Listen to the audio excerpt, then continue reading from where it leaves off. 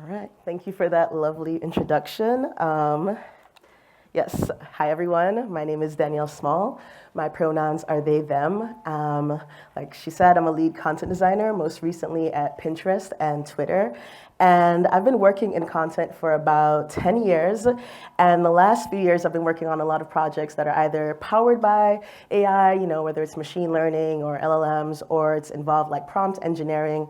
And recently, I've either been a part of efforts or leading efforts to help use AI to help content design teams be more systems focused. So that's what I'm here to talk about today. I'm going to walk you through the steps you can take to integrate AI into your team's workflow to help your content design team work at scale. So there's a lot of noise surrounding AI right now, a lot of marketing hype. And so I think it's helpful to align on these terms and like what they mean. So like, what is AI, right? There were like chatbots and then, now we're, machine learning and now generative AI. Like, what does it all mean? So AI refers to a system of algorithms that are used to learn, adapt, and solve problems. And an algorithm is simply a set of rules. Machine learning models learn to make predictions based on a specific data set, and it's a subset of AI, and generative AI involves a machine learning model that's trained to create new data. So AI is really just like this kind of like large umbrella term for all these things that are working interconnectedly to solve problems. So I think the most important thing to remember is that AI is a tool, not a goal. Shout out to Patrick Stafford at the UX Content Collective for this quote. They also have a really good course on AI, like really robust, that I really, check it out. They don't pay me to say that. I just really enjoyed the course. So we all know what it's like when AI is just used as a goal. A lot of product leaders are just like, put AI on it, boom, magic, problem solved. And what's happening is that we have all these features that aren't really meeting a need, because just because we can doesn't mean we should, right? So I really like this framing because it prevents you from kind of getting lost in the sauce of the marketing hype of it all. AI isn't magic, like most technology. It's a tool that can make your work better, or it can make your work worse, and we've seen the worst. So it's really your choice.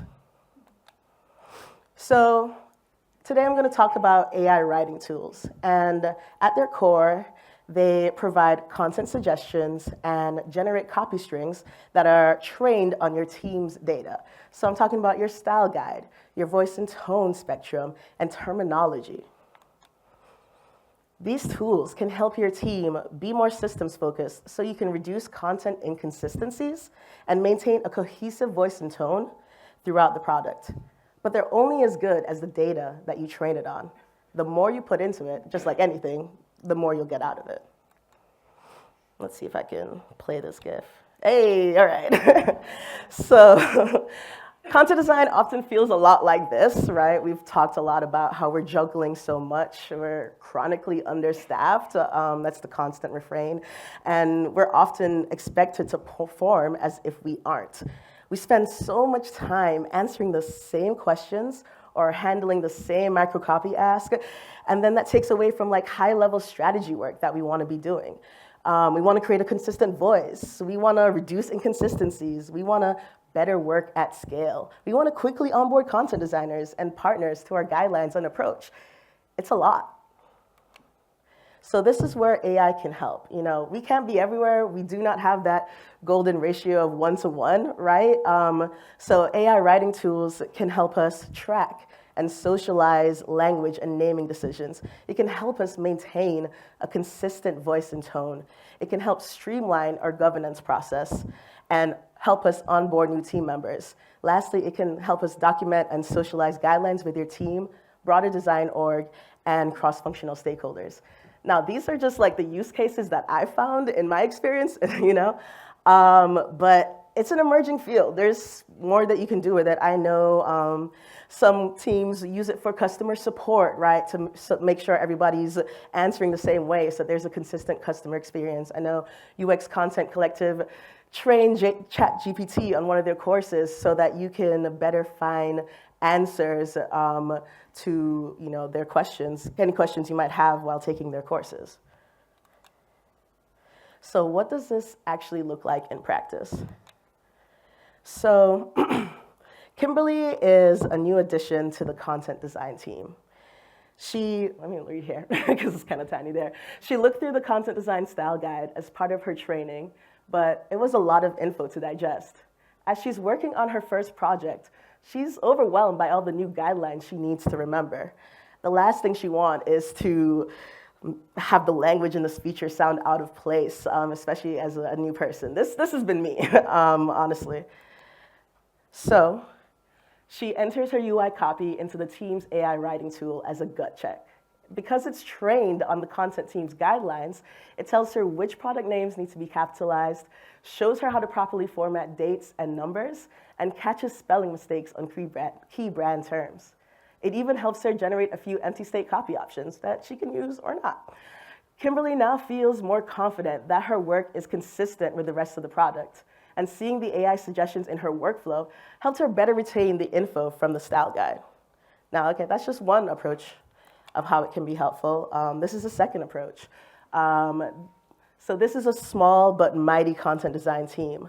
They're not able to have a content designer on every team, so they have spent a large amount of time fielding asks from same style guide questions and microcopy asks from cross-functional partners on unstaffed teams.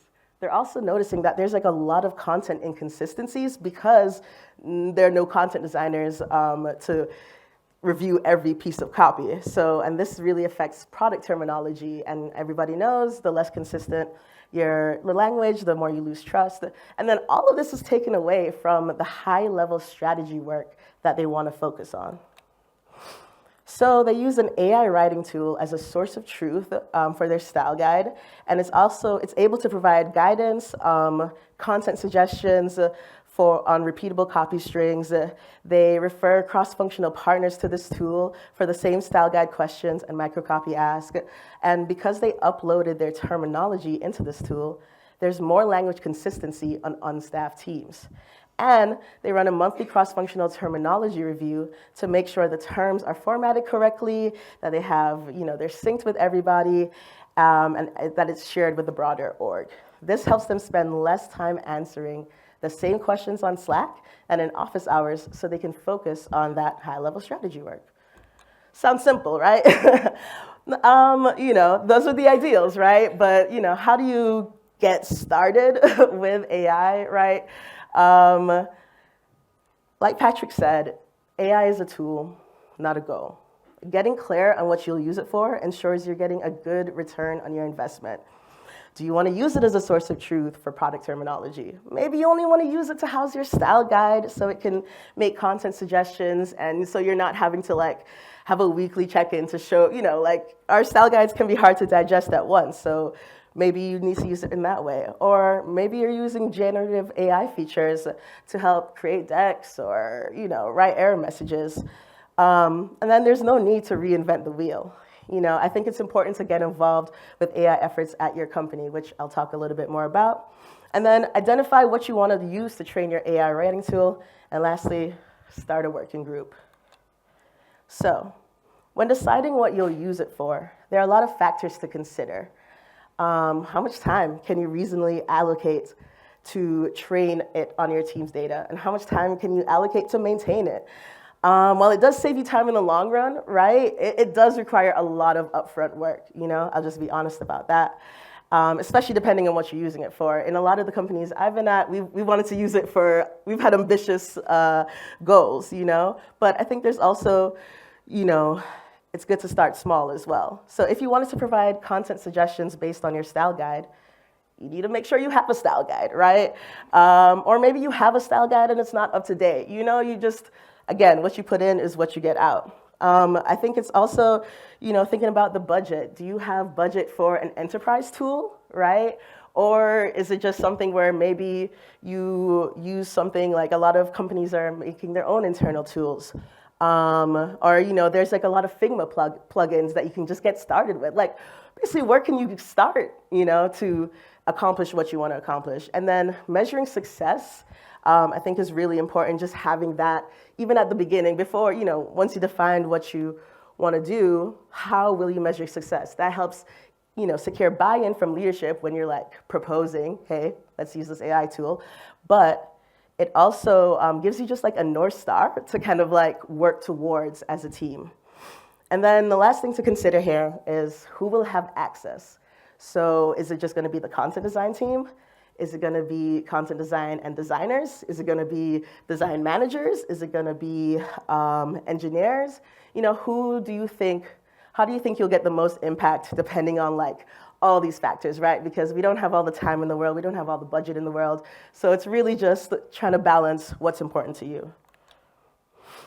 I think it's really important to get involved with other AI work streams. Not necessarily like involved is kind of like a heavy word. Like sometimes, like at my last company, we were a very small team of like 5, and getting involved in AI work streams is literally just being like, hey, what are the work streams that are happening? Just so we can keep tabs and get a sense of how we can plug in, how we can prioritize. But yeah, I just think it's good because there's no need to reinvent the wheel.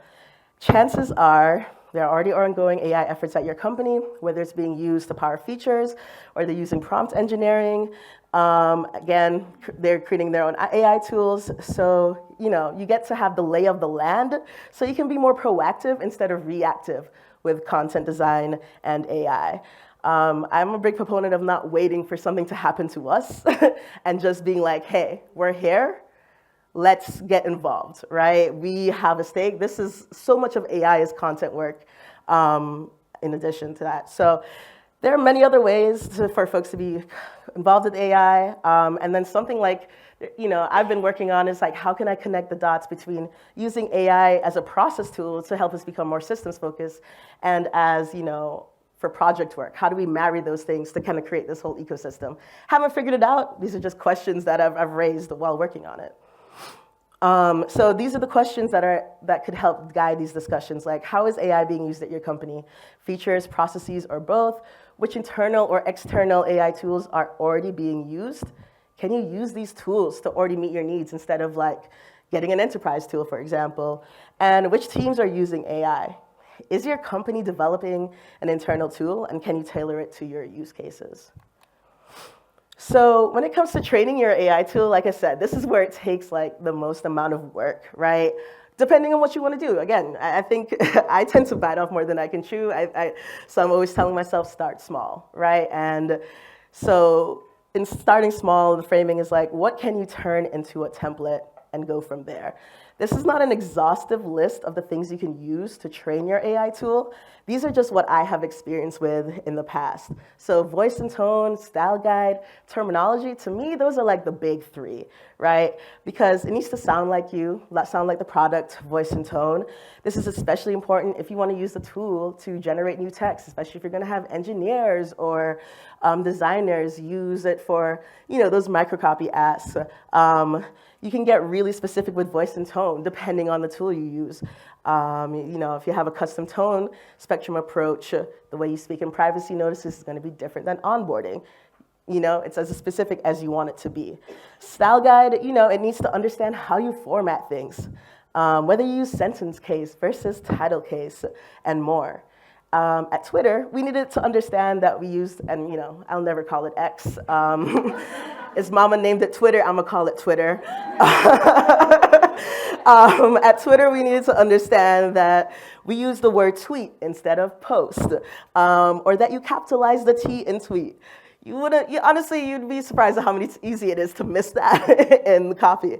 So that was really helpful to have those content suggestions. Terminology is a beast, I'm not gonna lie, but it really has the best return on investment, in my opinion. It involves the biggest team effort, often involves cross-functional partners. You got marketing, you've got product, you've got localization, and because it's not often content design that solely governs key product and brand terms, you're going to have to give access to the broader design org when it comes to the terminology process. Making sure you're using the most up-to-date terminology is key. Repeatable copy strings, like error messages, empty states, module headers, and CTAs. all of this goes back to what can you turn into a template? That's kind of like where, to me, the generative AI text can be helpful, you know? But even if you don't use the generative AI, just having those content suggestions and having those templates, you know, then it provides not only education for your team, but for other people working on the product. So a lot of times this copy gets written by other people, whether we want it to or not, right? There's sometimes a lot out of our control, especially when things are moving fast. So being able to have this living, breathing tool that can provide guidance and content suggestions, I find very helpful. So I love working groups. I know not everybody does, but you know, even though I'm introverted, like nothing is done, you know, nothing is done alone, right? Especially if you want to accomplish something great. So involving cross-functional stakeholders early and often helps mitigate a lot of obstacles that might pop up. There will be obstacles for sure, but it can definitely like reduce the amount. People are more likely to use a tool if they are involved in the process instead of having it kind of like sprung on them. This is really important when you're like trying to get buy-in. At every stage for me, it was like I was constantly getting buy-in, get buy-in here from legal, get buy-in from leadership, buy-in from design, but you know, and then also having internationalization and accessibility involved not only makes your guidelines more inclusive, you know, that you use to train the tool, but they probably have use cases for the tool as well. Oftentimes, the more, in my experience, the more people that use a tool, the more longevity there is, because when, you know, if you're using a tool where you have contract renewals, you can be like, hey, look at how many people find use in this tool, how it's helping us all work together. That's a much stronger case than like 3 people are using this tool. So legal, you want to make sure that you're not crossing any lines, especially if you're hosting your style guide as a third-party source. And conversations with IT determine who can access your tool and how many seats you get. Really, really advocate for being really tight with IT for that reason. And then I think it's important to like split roles and responsibilities among content design teams. On guidelines you're using to train the tool. Again, you can't do this alone. I've tried, it doesn't work. You need a team to help you figure out, okay, we're gonna update these or that, or what do you wanna use to train it, or, you know, and then it helps everyone get involved. You know, it just makes it stronger. And last, I'm a big proponent for working out in the open. This goes back to not springing things on people. Just being like, hey, this is where we're at, you know, like a monthly check-in with the broader design org, being like, hey, this is where we're at, drums up excitement. Like, people were genuinely amped to see all the progress you're making, even if it was just like, hey, we're getting to the point of training the team, right? So these are just like some of the tools that you can use. It is not exhaustive. Honestly, the most experience I have is with Writer AI, which is a full stack enterprise tool. You get your own, you know, the benefit of enterprise is that you get your own rep who can customize everything for you and everything like that. But again, it's not the only tool. Like that's Frontitude, actually. That's a Figma plugin, so is Muse AI. Pro writing is kind of similar. Pro writing is similar to Grammarly, and Acrolinks is kind of similar to Writer AI, where it's more enterprise. And then again, something I've also been exploring is like, okay, they're using ChatGPT internally, or they're using Knowledge Graph. How can we, you know, use those tools to our benefit as well? So yeah, so that is how you can get started with using AI to help your team better work at scale. And yeah, thank you for listening. Oh, wait. My bad, I forgot. My bad, okay. Things to look out for, there's a lot of relationship management. It's only as good as your maintenance is gonna be a thing that comes up, and again, IT and legal compliance. I say that a lot of times because it's that important.